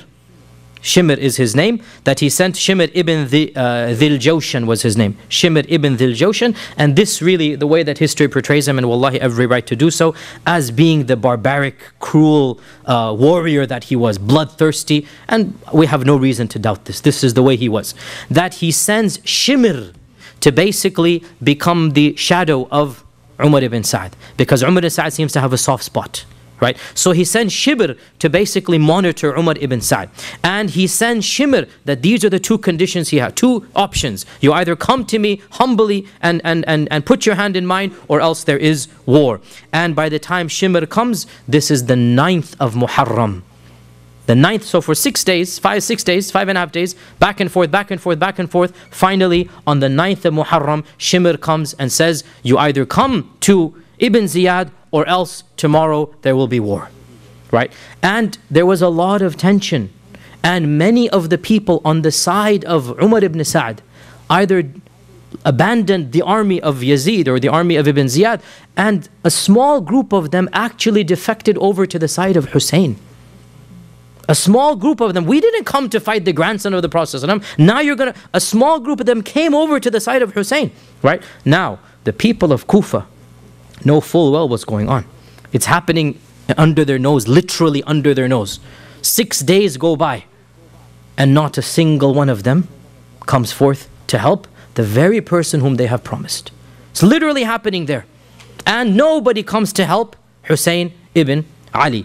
And so, of course, Hussein refused to go to Ibn Ziyad, and wallahi, this is exactly what we expect. Wallahi, this is exactly what we expect. Hussein was not a coward. Hussein is not, when he was at a time of peace and security, at a time of izzah, he refused to give bay'ah to Yazid. Now you expect him to give bay'ah when his life is threatened? La hawla quwwata illa billah. No way. This is the grandson of the Prophet ﷺ. If you're going to kill him, you're going to kill him with dignity and karama. And there's no doubt that he chose the braver of the two options. Now that he's trapped, his back is to a wall, he's not going to go begging for his life in the hand of this young impetuous governor, and so he refuses. And he says, be as it may, I am not going to go give bay'ah to Ibn Ziyad on behalf of Yazid. And so it came to pass on the morning of the 10th of Muharram of 61 Hijrah that a cruel and pitiless battle took place. On the one hand, you have barely 60-70 men, and on the other hand, you have 3,000-4,000 people. On the one hand, you have the grandson of the Prophet Muhammad sallallahu alaihi wasallam, and on the other hand, you have a bunch of rebels and army generals and whatnot. And so it came to pass that the grandson of the Prophet sallallahu alaihi wasallam, what his own grandfather said about him came true, because it is authentically narrated in our own Sunni books of hadith that Ali ibn Abi Talib once came to the Prophet ﷺ and he saw him crying. And he said, "Ma yubkika ya Rasulullah, why are you crying, O Messenger of Allah?" Tears are coming out of his eyes. Why are your tears coming out of your eyes? So he said, and this hadith is in Muslim Imam Ahmad and in Tabarani, it is authentic. He said, "Jibreel just came to me and he told me that my own ummah shall kill Husayn next to the Euphrates River. And he brought me some of that sand where he will be killed. And this is what has made me cry." And the narrator of the hadith said that, and we knew that that sand, we later knew that the sand was the sand of Karbala. And so the army zoomed in on the camp, the entourage, and there was no warriors or fighters here. These are just a small group of men, most of whom are Ahl-al-Bayt. And Husayn in the beginning was protected by the Ahl-al-Bayt and they fought on his behalf. But one by one as they were killed, and Husayn is left standing. And in the very final act, Husayn kept on charging on. And who amongst them would dare come forth and raise a sword against the grandson of the Prophet sallallahu alaihi wasallam? And so everybody was just trying to avoid his own sword, Husayn's sword. Who's going to raise his hand? Until it was that infamous, that evil, that brute, it was Shimr ibn Abi Jawshan that gave the commands to attack. And Shimr led a small group of 3 or 4 people, along with the person they say who actually dealt the actual final blow. His name is Sinan ibn Anas, somebody in the books of history, Sinan ibn Anas, who gave him the final death blow. And as a final act of brutality, Shimr and Sinan, they cut off the head of Husayn ibn Ali ibn Abi Talib, and they sent it to Ibn Ziyad on a plate as a gift. La hawla wa la quwwata illa billah. And Ibn Ziyad, when he got this plate with the head, and this is the first time in Islamic history such a barbaric Jahili act was done. This is the first time ever this was done, and it shows you the mentality of the people who did this. And when Ibn Ziyad got this head on a plate, he took a stick and he began poking the head of Husayn and saying things, vulgar things. And Anas ibn Malik was there in Kufa at the time. He was an old man, Anas ibn Malik, the famous Sahabi. And he could not stand this. And he stood up in the gathering and he said, "Wallahi, I saw the Prophet ﷺ kiss those very lips that you are now hitting with this stick. La hawla la quwwata illa billah." And he said that nobody resembled the Prophet ﷺ more than Husayn. And wallahi, our hearts cry for Husayn. And wallahi, we are the Shia of Husayn, the real Shia of Husayn. And wallahi, I swear by Allah that if we had been there, we would hope to Allah that we would defend the grandson of the Prophet ﷺ against anybody who dares raise his hand against him. Wallahi, we are the true Shia of Husayn. And those who killed Husayn, they will have to answer to Allah for one of the worst murders committed. This child that the Prophet ﷺ played with, and he put him on his back, and he kissed him all over, and now his head is on a plate, and Ibn Ziyad is poking it. Anas ibn Malik could not stand this, and he said, "This very lips that you are making fun of and you are poking, I saw the Prophet ﷺ kiss those very lips." And he said that Husayn resembled the Prophet ﷺ most in his manners. And there are some reports as well that Ibn Ziyad sent it to Yazid, but these reports seem to be a confusion. It was not Yazid who poked the face of Husayn, it was Ibn Ziyad. This seems to be the correct version of events.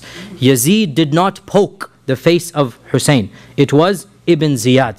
And in total, over 70 people were killed in the party of Husayn, 15 of them Ahl-al-Bayt, and all of the women and children were protected, none of them were harmed. The only male survivor was the son of Husayn, Ali, known as Zayn al-Abidin, Ali Zayn al-Abidin. And the reason why he was saved from the massacre, he was sick with a very high fever, and he was in the tent of the women, and he was just tossing and turning in bed with that fever. And so when the massacre took place, he was actually in the tent of the women, so he was basically then spared. And so the progeny of Husayn to this day goes through Ali Zayn al-Abidin, and then matters went on from there.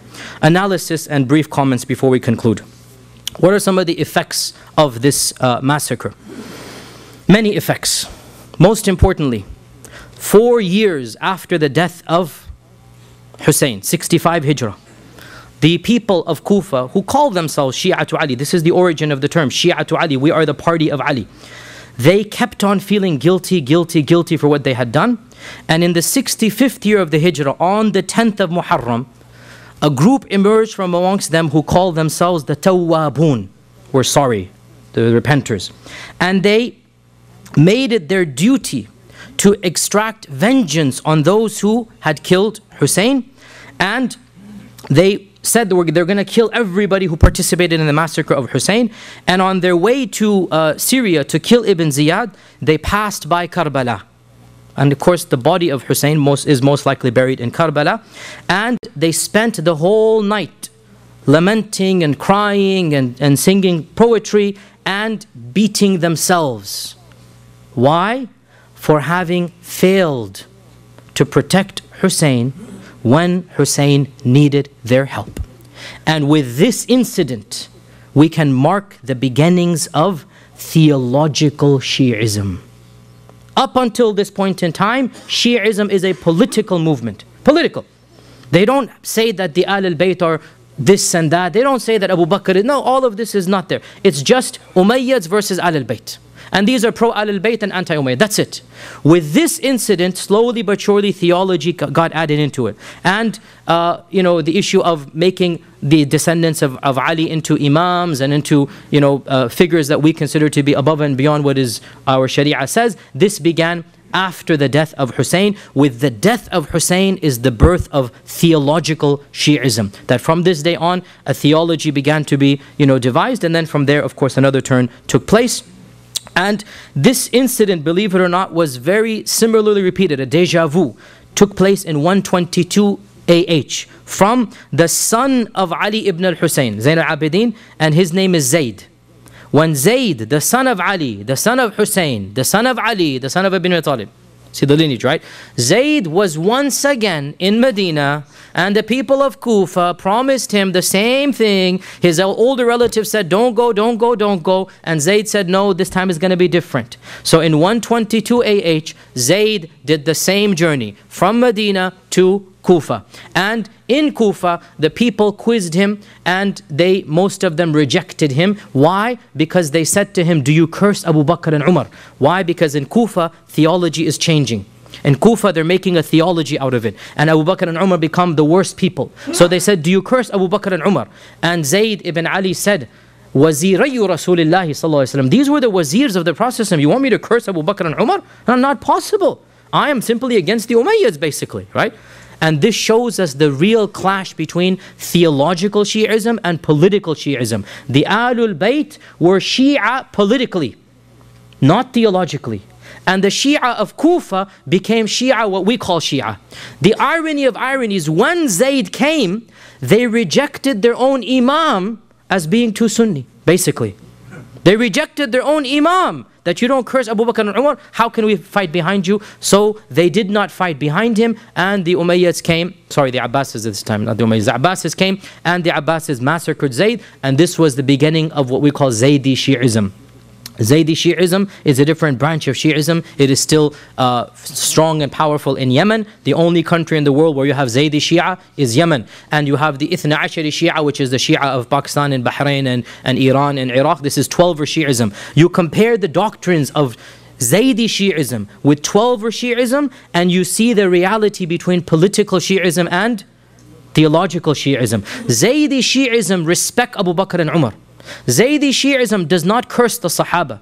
Zaydi Shi'ism don't consider the Imam to be infallible and there's one Imam and Allah. All of this is not there in Zaydi Shi'ism, right? Zaydi Shi'ism is the real Shi'ism of the Ahl-al-Bayt.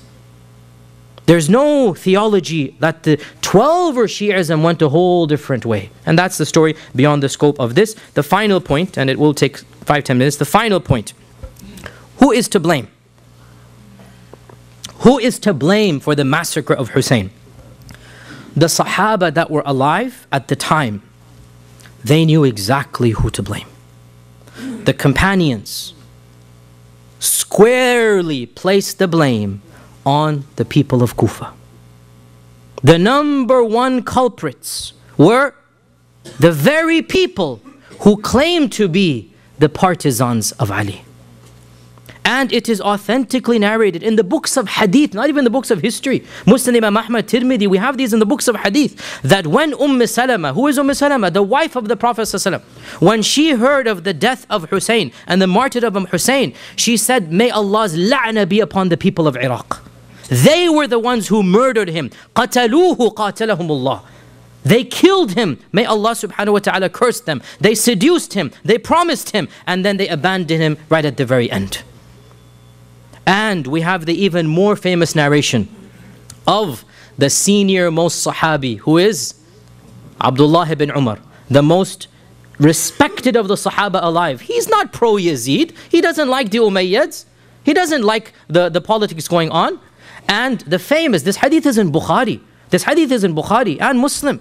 What is it? When a group of Hujjaj came to Mecca, right? And Ibn Umar was there. And they said, oh, this is Umar, let's ask him a question. So one of them comes and he says, oh, Ibn Umar, if I swat a mosquito and the blood comes, is my ihram broken? Now, remember in ihram, you're not supposed to hunt, right? So, and of course, I mean, Sunni fiqh, I don't know any fiqh. Mosquitoes are not hunting. You don't hunt mosquitoes, right? So you can swat a fly and mosquito. So if I swat a mosquito, do I have to pay dam fidya for this blood? And he was shocked. He goes, where are you from? He said, from Kufa, from Iraq. He said, wa ajaban. Amazing are you people. Amazing are you people. You kill the grandson of the Messenger of Allah sallallahu alaihi wasallam. You murder him. And now you come and ask me about the blood of a mosquito? Now who is he blaming? The people of Kufa. And wallahi, this is crystal clear. And we have to say this no matter how painful or awkward it is. This is the truth. And that is why this group beats themselves to this day. This is the truth that nobody can deny. And the Sahaba that were alive, none of them is pro-Yazid. Wallahi, it's impossible for a believer to be pro-Yazid. But being anti-Yazid doesn't necessarily mean we agree with everything that happened there. No, not at all. We say that the people who promised Husayn should have been the ones that lived up to the promise. Where were they when Ibn Aqil is thrown? Where were they when Husayn is camped outside their city for 6 solid days? Where were they? Instead of cursing everybody else in the world, even those who were born before Husayn, wallahi, they need to look at their own selves. Wallahi, this is the truth. They need to look at what they themselves have done. And their betrayal and their cowardice and the fact that they were bribed so easily from what they promised him.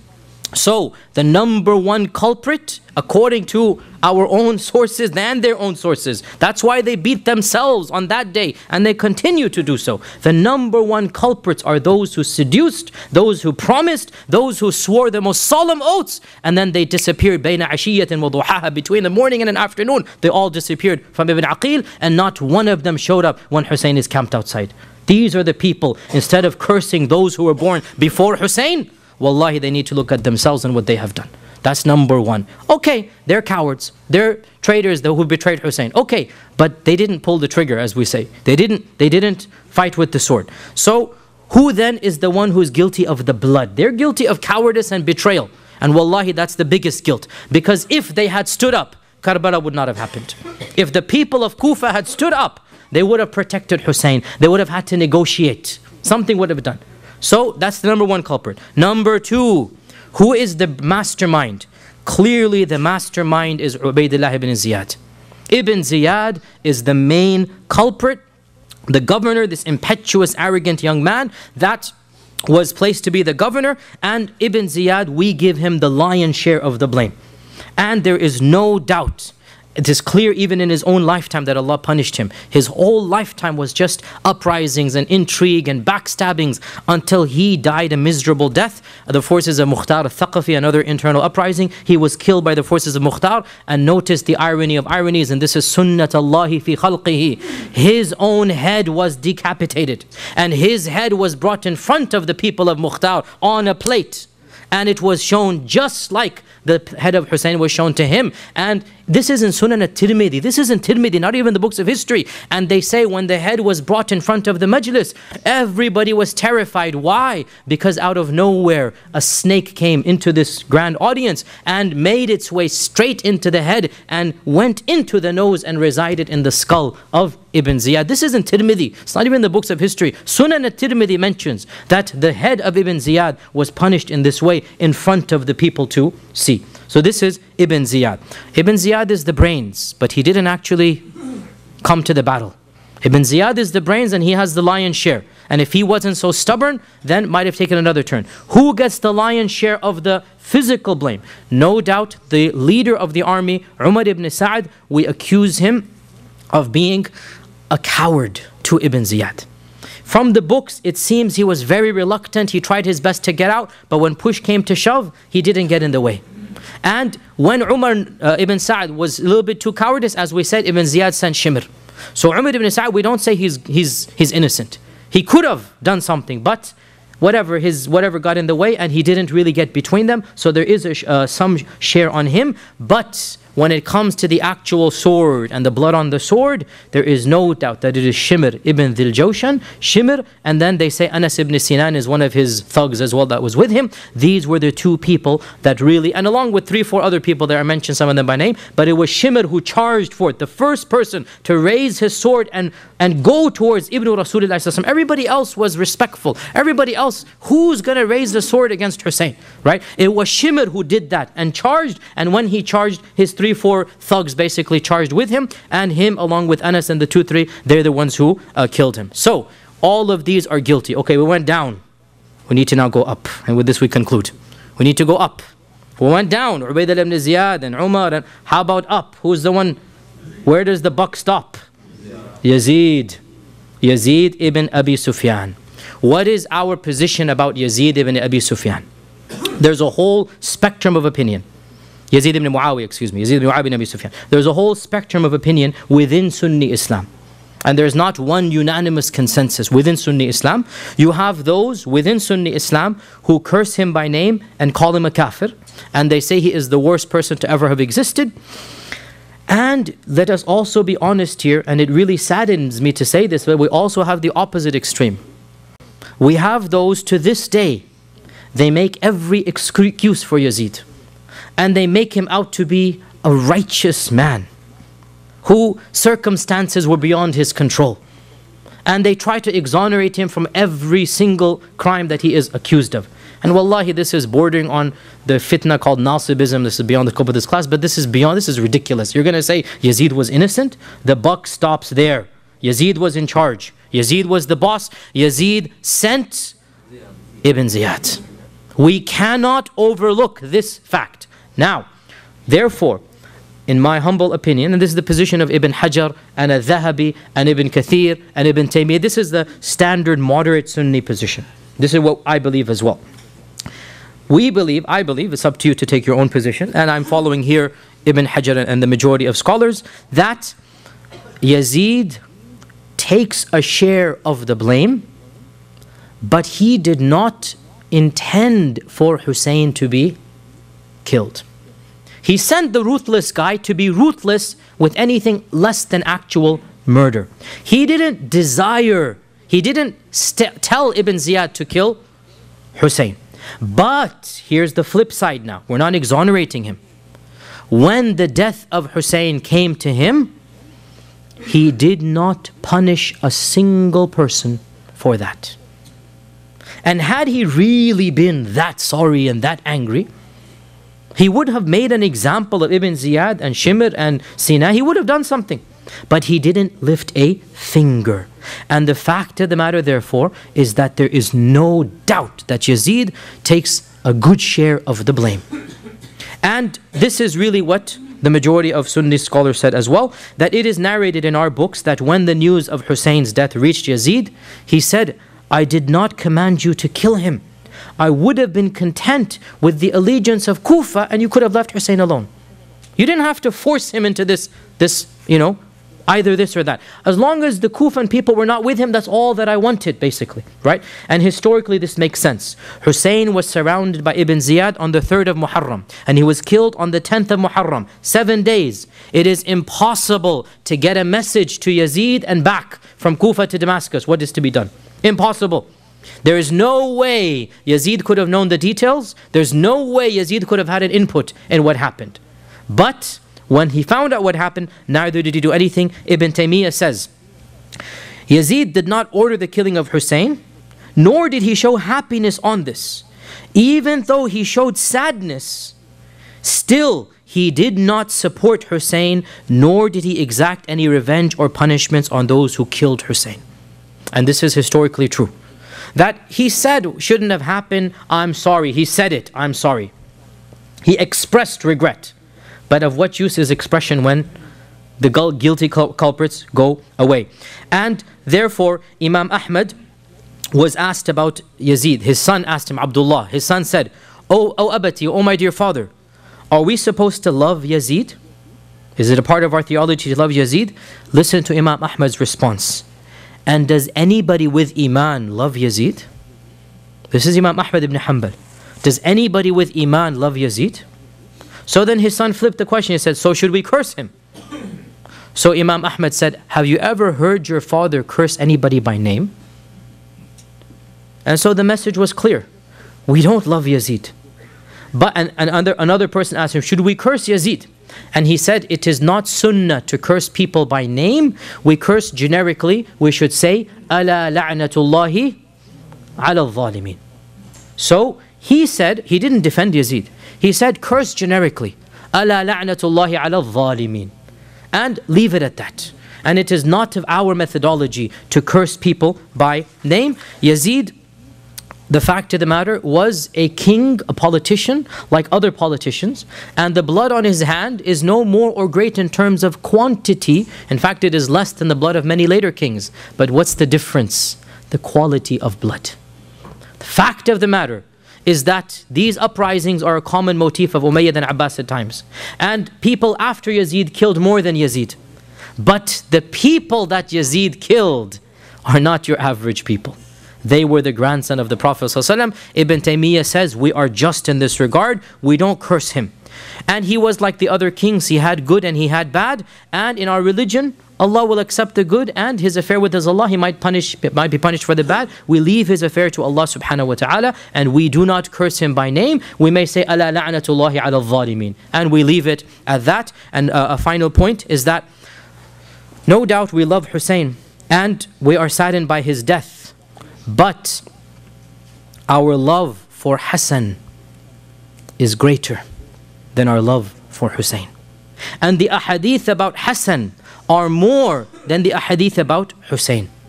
And it is authentically narrated in Bukhari that once the Prophet was giving a khutbah and Hassan walked in and he tripped and he fell down. And the Prophet stopped the khutbah and came down and picked Hassan up, and he kissed him on the mimbar. And he said that I could not bear to see my son fall down. And then he said, Inna bani hadha sayyid. This son of mine shall be a true leader. Even if Muawiyah doesn't consider him a leader, the world considers him a leader. He is the Sayyid over and above Muawiyah. This is something we have no doubt about. This son of mine is the Sayyid. And perhaps Allah will bring reconciliation between two large groups of Muslims through him. Hassan was the better of the two men. Hassan, again Muawiyah meaning, Hassan and Muawiyah. Hassan was the one who stood up and said, no more bloodshed. You want the power? Take it. I'll retire. I don't want Muslims to be killed. This was maturity. This was Iman and wisdom. And Hussein had Iman, but the wisdom of Hassan was more than Hussein. And this is what we believe, that Hassan had the more wise methodology, and Hussein no doubt was a brave man, and he did what he did.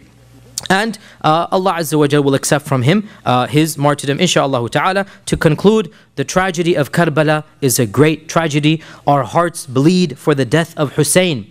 But the tragedy of Karbala is a historical tragedy, not a theological one. The fact of the matter is that the murder and assassination of Uthman ibn Affan caused more harms to the ummah and more doors of fitna were opened up than the murder and assassination of Husayn ibn Ali. And our love for the Ahl-al-Bayt does not cause us to go to the two extremes. We are between the two extremes. We love them for the love of Allah subhanahu wa ta'ala, and we are angry at all those who oppose them. And we say to those who abandon him at the very last hour, you are the primary culprits in the death of Hussein. Don't curse Abu Bakr, don't curse Umar, don't curse Uthman. You were the people who abandoned the very person whom you promised to help. You have the lion's share of the blame, and therefore this is something that we clearly and firmly believe. And I conclude by saying that we are the true followers of Ahl-al-Bayt. We are the true lovers of Ahl-al-Bayt. We are the true Shi'a of Ali ibn Abi Talib. We go between the two extremes, and we pray that Allah subhanahu wa ta'ala extols their ranks and causes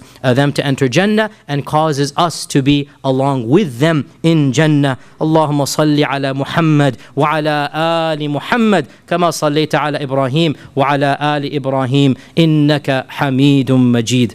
And with this, my dear brothers and sisters, the fact of the matter is, wallahi, I've gone way beyond what I need to. We need to break in 5 minutes, so I will just take 2 questions inshaAllah ta'ala, and then we need to break. I do apologize, but we are late and we also have to pray Asr. We are late for Asr. So just 2 questions. The first question we have that what happened to the head of Hussein? What happened to the head of Hussein? So the head of Hussein, there's a whole treatise written by Ibn Taymiyyah called the treatise on the head of Hussein. And what appears to be the case, inshaAllah ta'ala, is that the head of Hussein was sent to Yazid wrapped in a silk cloth. He did not dishonor it, and he handed it to the family of Hussein, and the family of Hussein took it to Medina, and they buried it in Baqi' al-Gharqad next to the body of Hassan. So the body of Hassan and the head of Hussein, they are buried in Medina. This is what seems to be the strongest opinion, and Allah subhanahu wa ta'ala knows best.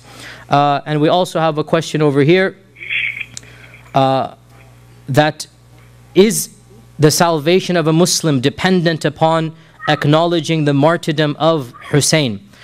So we said before, the martyrdom of Hussein is a historical tragedy of the highest magnitude, but it is not a theological issue. It is a historical tragedy, and our heart bleeds historically for what happened. But our theology, our aqidah, our fiqh, our laws do not change by the death of Ali or Hussein or Uthman or any of those Sahaba who passed away. Our aqidah does not change at that, and therefore their martyrdom will be accepted by Allah subhanahu wa ta'ala inshaAllah, but it is not something that changes our beliefs and our theology, and Allah subhanahu wa ta'ala knows best. I do apologize that there's no time for more questions, but we really do have to conclude. And so with this, wa akhiru da'wana alhamdulillahi rabbil alameen, wassalamu alaikum wa rahmatullahi wa barakatuh. Yes, wa alaikum assalam. Before you go, I wondered if you could just speak on your topic for Summit, being that you're going to be coming to the UK, inshallah. So I will be teaching a class in England for Ilm Summit in the month of December. It is an intensive class about the development of political and theological Shi'ism. And we'll talk about this from an academic manner, about what exactly happened and how these changes came about, and how did these ideas come about the Imam and being the Ma'soom and infallible, and the evolution of all of these ideas.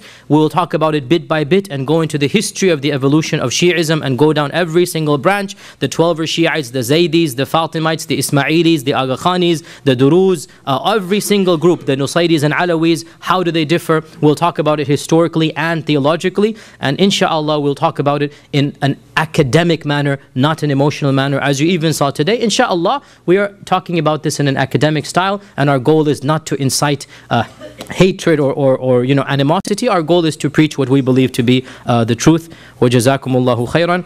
And with that, Ammar, I need to hang up over here because it's time for the salah.